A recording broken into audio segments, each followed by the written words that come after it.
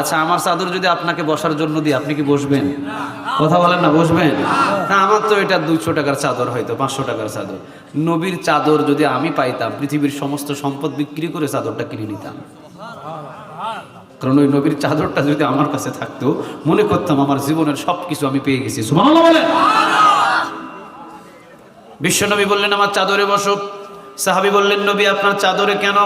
নবী বললেন, তুমি কোরআন শোনার জন্য এসেছো, আমার চাদরের থেকে তোমার সম্মান আল্লাহ বাড়িয়ে দিয়েছে।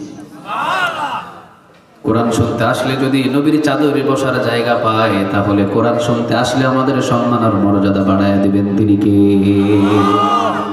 অসংখ্য সম্মান এবং মর্যাদা। যারা বসতে পারেন নাই, আমি মনে করছি আজকে এই দোলা সিংড়া এলাকার মানুষের কপাল পুড়ে গেছে। আর যারা বসতে পেরেছেন, আমার বিশ্বাস আল্লাহ এখান থেকেই গুনাহ মোচন করে দিবে। আলহামদুলিল্লাহ বলেন। আজকে দিনের ওসিলা হয়তো আমাদের গুনাহ মাফ হয়ে যাবে। আলহামদুলিল্লাহ বলেন। হযরত সাঈদ ইবনে আমির আল-জুমাহি রাদিয়াল্লাহু তাআলা আনহু ওনাকে বললেন, তাহলে তোমাকে সিরিয়ার গভর্নর, হিমসের গভর্নর করে পাঠিয়ে দিই। মনে আছে তো আপনাদের? ওমর রাদিয়াল্লাহু তাআলা আনহু উনি বললেন, যাও রাষ্ট্রদূত হিমসের গভর্নর করে হযরত সাঈদ ইবনে আমির আল-জুমাহি রাদিয়াল্লাহু তাআলা আনহুকে নিয়ে যাও। হযরত সাঈদ ইবনে আমির আল-জুমাহি রাদিয়াল্লাহু তাআলা আনহুকে উটের পিঠে চড়ে রাষ্ট্র হিমসের শহরের গভর্নর করার জন্য সেখানে রওনা দিয়েছেন। হযরত সাঈদ ইবনে আমির আল-জুমাহি যেতে যেতে হযরত সাঈদ ইবনে আমির আল-জুমাহি বর্ণনা করছেন, কয়েক লক্ষ বার আল্লাহর কাছে তাওবা করছে। সুবহানাল্লাহ বলেন। আমরা ক্ষমতা নেওয়ার জন্য টাকা উড়াই, আর ওরা ক্ষমতার চেয়ারে বসার আগে কার কাছে তাওবা করে? আর একটু জোরে বলেন, কার? ক্ষমতা নেওয়ার জন্য যারা টাকা উড়াবে, তারা সারা জীবন টাকা মারবে। তার কাছে যদি রাষ্ট্রের সম্পদ কখনো নিরাপদ নয়। আর ক্ষমতা যদি তাকে জোর করে দেন, আর তিনি যদি চোখের পানি ফেলে আল্লাহর কাছে তাওবা করে বসে, মনে করবেন আপনার সম্পদ, দেশের সব নিরাপদ। ঠিক না বেটি? ক্ষমতায় বসার আগে ওরা আগে আল্লাহর কাছে তাওবা করে, আর আমরা ক্ষমতা নেওয়ার জন্য প্রতিটা এলাকায় কয়েক কোটি টাকা বাজেট করি ভোট কেনার জন্য। ঠিক না বেটি? আলাদিনের চেহারা গেছে নাকি ওর, যে ভোট কিনে ও এমপি হওয়ার পরে, মন্ত্রী হওয়ার পরে, এরপরে আপনার এলাকার কাজ একদম স্বর্ণ দিয়ে বাধাই করে দিবে? ওর কাছে কি আলাদিনের চেহারা গেছে? ও 5 কোটি টাকা বাজেট করছে এলাকার এমপি হওয়ার জন্য। ও 5 কোটি টাকা খরচ করছে, 50 কোটি টাকা না কামাই করা পর্যন্ত একটাও কাজ হবে না।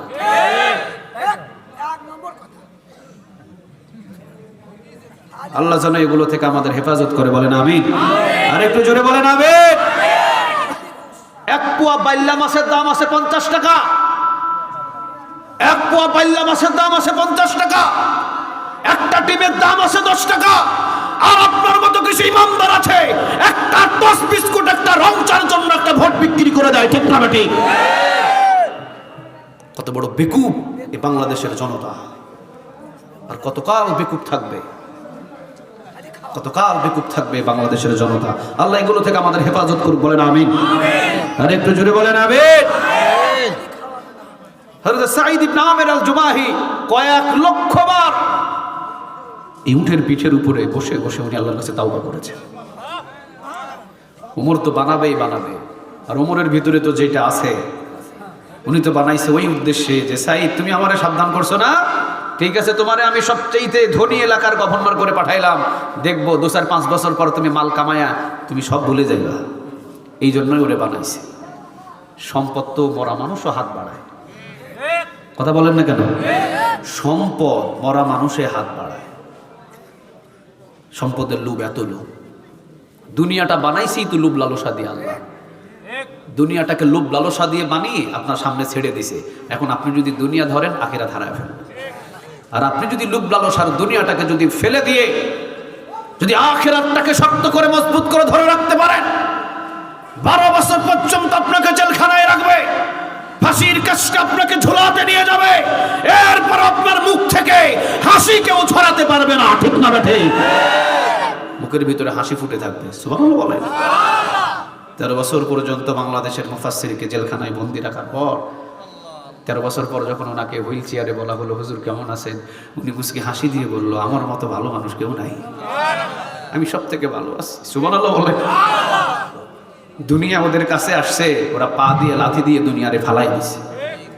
ওর দুনিয়ার দরকার নাই। কিসেরই দুনিয়া? কোন দুনিয়া নিয়ে আপনি ব্যস্ত হচ্ছেন? 4 আনা দুনিয়া, এই দুনিয়ার জন্য মত্ত পড়ে শেষ সব। দুনিয়ার জন্য আপনি মানুষ খুন করছেন। দুনিয়ার জন্য তো আজকে ওসমান হাদিকে তারা বিদায় করে দিয়েছে। আবার এই ওসমান হাদি, ওর জন্য কেন যে বুক ফেটে কান্না আসছে আমি নিজেও কল্পনা করতে পারি। আহারে তার কথা, আহারে তার হাসি, এত সুন্দর কথা বলে এই ছেলেটারও দুনিয়া থেকে শেষ করে দিল। এটাই কি আমার বাংলাদেশ? এটাই কি আমার বাংলাদেশ? আল্লাহ ওসমান হাদির কবরটাকে তুমি জান্নাতের বাগান বানিয়ে দিও। আল্লাহ ঘরে ঘরে তুমি হাজার হাজার ওসমান হাদি তৈরি করে দিও। আল্লাহ ঘরে ঘরে তুমি আরো ওসমান হাদি তৈরি করে দিও। আওয়াজ দিয়ে বলেন আমিন। আল্লাহ ওসমান হাদিকে তুমি শহীদ হিসেবে কবুল করে নিও। হযরত সাঈদ ইবনে আমির আল জুমাহি কয়েক লক্ষবার তাওবা করেছেন, চলে গেছেন তিনি সিরিয়াতে হিমসের গভর্নরের দায়িত্ব পালন করছেন। করতে করতে করতে করতে 5 বছর অতিবাহিত হয়ে গেল। কত বছর? আর একটু জোরে বলতে হবে, কত বছর? 5 বছর। হযরত ওমর রাদিয়াল্লাহু তাআলা আনহু এদিকে রাষ্ট্রীয় কাজে 5 বছর এদিকে ওমরের অতিবাহিত হলো। সিরিয়া থেকে মদিনাতে একটা কাফেলা এসেছে। তাবলিগ জামাতের কাফেলা আসে আপনাদের এলাকায়? আসে। তো ওই জামানায় তাবলিগ জামাতের কাফেলা না, ওরা ব্যবসায়িক একটা কাফেলা এসেছে মদিনাতে কিছু ব্যবসা করবে এই জন্য। তো হযরতে ওমর রাদিয়াল্লাহু তাআলা আনহু মসজিদে নববীতে ওদেরকে দেখে ওদেরকে জিজ্ঞাসা করছে, তোমরা কোথায় থেকে আসছো? কয় সিরিয়া থেকে। সিরিয়া থেকে? সিরিয়ার কোথায় থেকে? কয় হিমস থেকে। হিমস থেকে? তোমাদের আমাদের দরকার আছে। সুবহানাল্লাহ বলেন। বিয়ে দেওয়ার জন্য কি সরাসরি মেয়ের বাবা মেয়ের মাকে জিজ্ঞাসা করে ছেলে কেমন? কাকে জিজ্ঞাসা করে? পাড়াপড়শি এলাকার মানুষ যদি বলে যে না ছেলেটা ভালো, তাহলে ছেলেটা ভালো। উমর রাদিয়াল্লাহু তাআলা আনহু হিমসের খবর নেবে এলাকার মানুষ থেকে। এই জন্য উমর বলছে যে তোদের দরকার আছে। সুবহানাল্লাহ বলেন। উমরের মাথায় ছিল চুল কম, বুদ্ধি বেশি। কথা কি বুঝাইতে পারতেছি? লাউকানা নাবিয়্যুম মিন বাদি লাউকানা উমর, নবী বলেছেন আমার পরে নবী ছিল না, যদি আসতো তো উমরকে আল্লাহ নবী বানায়া দিতেন। রাসূল বলেছেন এখানে যতক্ষণ সাহাবী আছে সব সাহাবীদেরকে শয়তান ভালোবাসে, একজন সাহাবীরে দেখলে শয়তান অন্য রাস্তা দিয়ে পালায়। সাহাবীরা বললেন নবী এই গরম সাহাবী আবার কে? কয় তোমরা চিনো না, এটা ওমর। ওমর যে রাস্তা দিয়ে যায় ভয়ে শয়তান ওই রাস্তা দিয়ে যায় না। আল্লাহু আকবার। নবী বলেছেন আরহামু উম্মতি বিউম্মতি আবু বকর, আমার নরম প্রকৃতির সাহাবী হলো আবু বকর। ওয়া আশাদ্দুহুম ফি আমরিল্লাহি ওমর, আমার গরম মানের সাহাবী হলো ওমর। নরম আর গরমের সমন্বয়ে আল্লাহ কালিমার পতাকা উড়িয়ে দিয়েছেন। সুবহানাল্লাহ। নরম এবং গরমের সমন্বয়ে কালিমার পতাকা পতপত করে উড়িয়ে দিয়েছেন। আওয়াজ দিয়ে বলেন তিনি কে? রাসূল বলেছেন শুধু নরম হলেই হয় না, নবী বলেছেন শুধু নরম হলেই হয় না, নরম থাকবা কিছুদিন, এরপরে মার খেতে খেতে যদি দেয়ালের সাথে পিঠটা লেগে যায় গরম হুঙ্কার ছাড়ো। 17 বছর ক্ষমতায় থাকার পরেও ইন্দুরের গর্ত পালানোর খুঁজে পাবে না। ঠিক না বেঠে? নরম হবা যতদিন মার খাবা ততদিন, গরম হবা যতদিন পালাবে ততদিন। সুবহানাল্লাহ বলবেন না? এটা নবী বলেছেন আরহামু উম্মতি বিউম্মতি আবু বকর, আমার নরম প্রকৃতির সাহাবী আবু বকর। এটা হলো একবারে নরম, কিন্তু গরম একজন আছে, এটার নাম হলো ওমর। নরম আর গরমের সমন্বয়ে কালিমার পতাকা আল্লাহ উড়াইয়া দিয়েছে। সুবহানাল্লাহ বলেন। বাংলাদেশের জনগণ ছিল নরম, বাংলাদেশের জনগণ ছিল নরম। এই জন্য জেলখানা বানানো হয়েছিল চোরের জন্য, জেলখানা বানানো হয়েছিল ডাকাতের জন্য, জেলখানা বানানো হয়েছিল জেনাকারীর জন্য। কিন্তু বাংলার জনগণ নরম থাকার কারণে সমস্ত জেলখানা ভরে গেছিল আলেম ওলামা দিয়ে।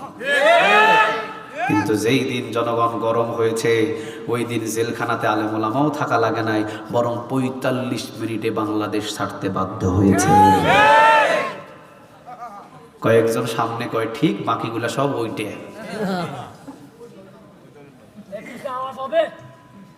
সবাই বলেন তো আওয়াজ দিয়ে ঠিক।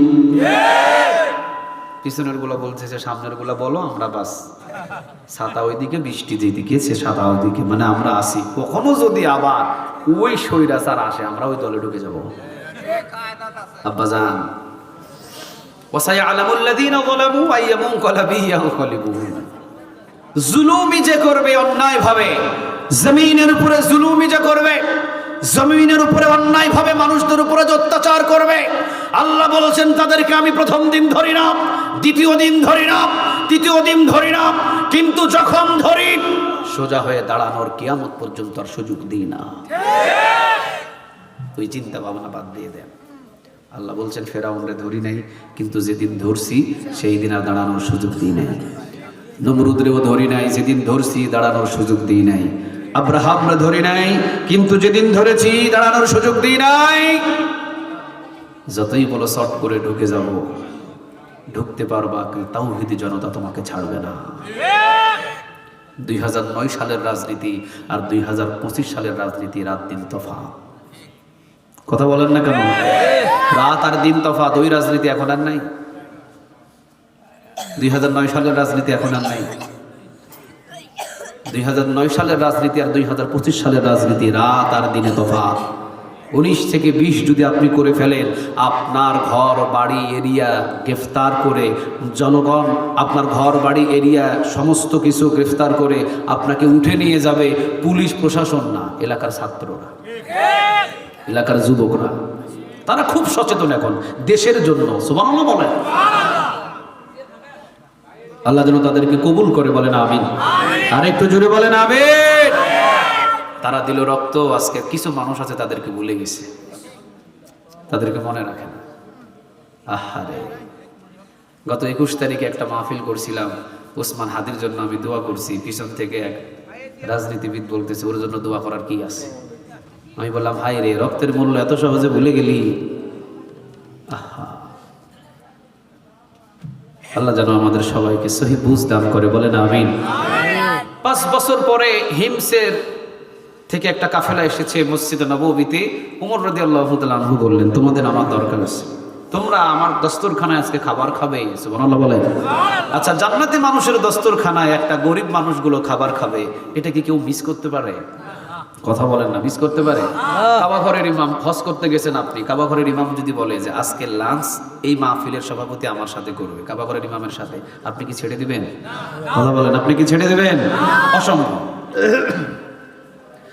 হযরত সাঈদ ইবনে আমির আল-জুমাহি রাদিয়াল্লাহু তাআলা আনহুর ভিতরগত ঘটনাগুলো জানার জন্য ওমর রাদিয়াল্লাহু তাআলা আনহু উনি বলছেন, আচ্ছা তোমরা আমার দস্তরখানায় বসো। দস্তরখানায় বসলেন খাবারের জন্য। খেতে খেতে খেতে খেতে ওমর রাদিয়াল্লাহু তাআলা আনহু এবার কথা শুরু করলেন, সিরিয়ার কি খবর, হিমসের কি খবর। তো ওরা বলছেন, ওমর, সিরিয়াতে আজ 2-2.5 বছর পর্যন্ত কোনো বৃষ্টি নাই, চতুর্দিকে ফসল ফলাদি বন্ধ, অভাব অনটন শুরু হয়েছে, আমাদের কিছু গরিব মানুষ খুব খাবারের জন্য কষ্ট করছে। তখন হিমসের অবস্থান শুনে ওমর রাদিয়াল্লাহু তাআলা আনহু বলছেন, তাই এত পরিস্থিতি খারাপ? হ্যাঁ, পরিস্থিতি বড় ভয়াবহ। তখন ওমর বললেন, ঠিক আছে যাও, তোমরা একটা গরিবদের লিস্ট করো, আর ওই গরিবদের লিস্ট অনুযায়ী আমার এখান থেকে ত্রাণ আমি পাঠিয়ে দিব। 1 সপ্তাহের ভিতরে ত্রাণটা সিরিয়ার হিমসের ভিতরে পৌঁছে যাবে, তোমরা বাড়ি বাড়ি বিতরণ করে দিবা। এটা যখন ওরা খবর পেলেন যে ওমর লিস্ট চেয়েছে, ওরা মনে করলেন যে লিস্ট যখন ওমর চাইছে, সুযোগ একটা পাইছি, সবাই মিলে একটা লিস্ট তৈরি করো। এবারে 15-20 জন মিলে একটা লিস্ট তৈরি করছে, লম্বা লিস্ট। সবচেয়ে গরিব যে বেশি, ওর নামটা দিছে কয় নাম্বারে? কথা বলেন না, কয় নাম্বারে? 1 নাম্বার। এরপরে যে একটু গরিব তার নাম 2 নাম্বার, এরপরে যে একটু গরিব তার নাম 3 নাম্বার, এরপরে যে একটু গরিব তার নাম 4 নাম্বার, এরপরে যে একটু গরিব তার নাম 5 নাম্বার। সিরিয়াল মোতাবেক লম্বা একটা গরিবদের লিস্ট করে ওমরের হাতে ধরিয়ে দিয়েছেন। ওমর গরিবদের লিস্ট এই চেনেন।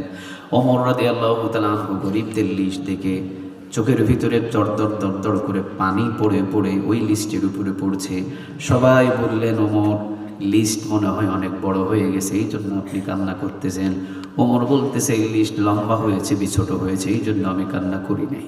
কান্না করছি আজকে লিস্টের ভিতরে যার প্রথম নম্বরে নাম, তিনি হলেন সিরিয়ার গভর্নর,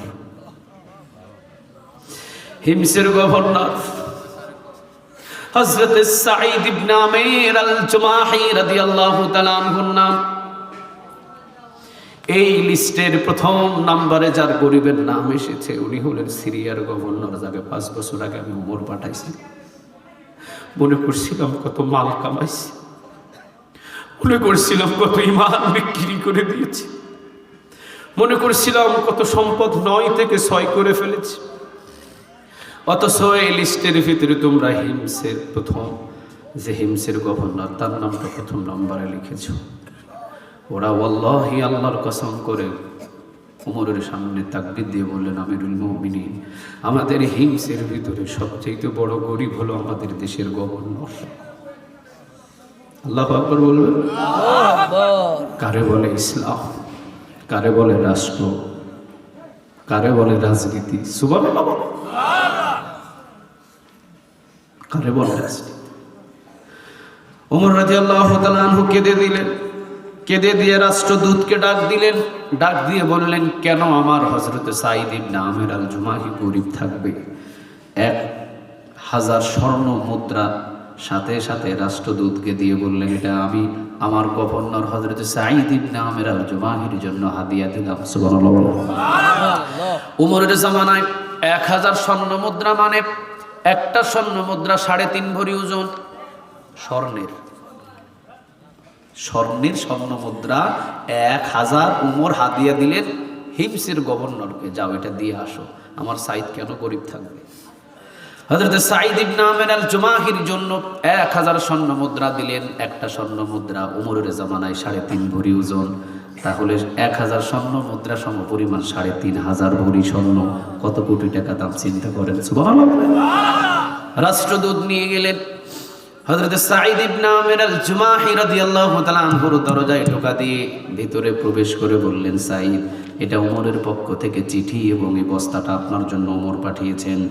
ওমর রাদিয়াল্লাহু তাআলা আনহুর বস্তাটা রেখে দিয়ে চিঠিটা যখন পড়লেন, পড়ে নিয়ে হযরত সাঈদ ইবনে আমির আল জুমাহি পিছন দিকে অজ্ঞান হয়ে পড়ে গেলেন। একটু পরে জ্ঞান ফিরল, চিৎকার দিয়ে বললেন, ইন্না লিল্লাহ। কি বললেন? আরেকটু জোরে বলেন। আমরা হলে কি পড়তাম?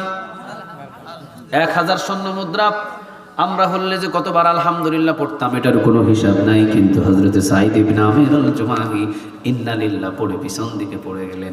বিবি ভিতর থেকে বললেন, কি হয়েছে, কি হয়েছে? ওমর কি ইন্তেকাল করেছে? হযরত সাঈদ ইবনে আমির আল জুমাহি বলছেন, না না বিবি, এর তাই তো মারাত্মক ঘটনা ঘটে গেছে। তাহলে কি হয়েছে? যুদ্ধের ময়দানে কি অসংখ্য সাহাবী শহীদ হয়ে গেছে?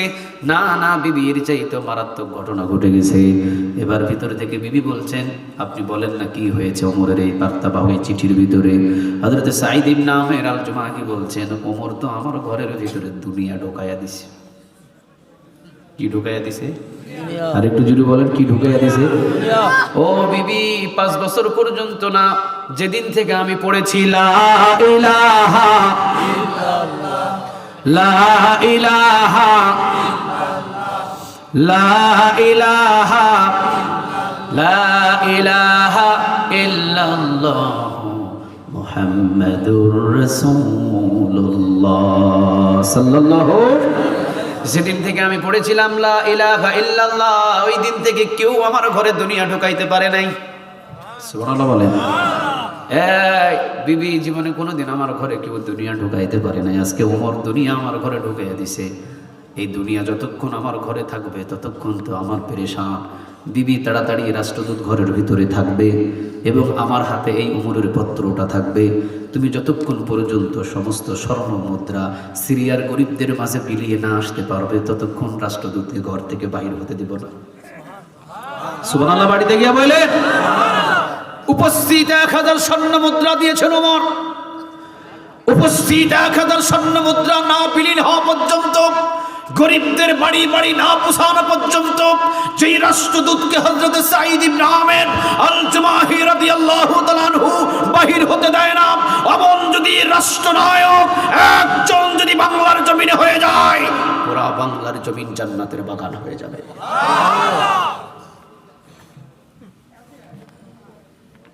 হযরত সাঈদ ইবনে আমির আল জুমাহি রাদিয়াল্লাহু তাআলা আনহু বলছেন, রাষ্ট্রদূতকে বসো এখানে। বিবিকে ঠেলে দিয়ে দিলেন ঘরের ওই পাশে, পর্দার আড়াল দিয়ে, যাও সব বিলীন করো।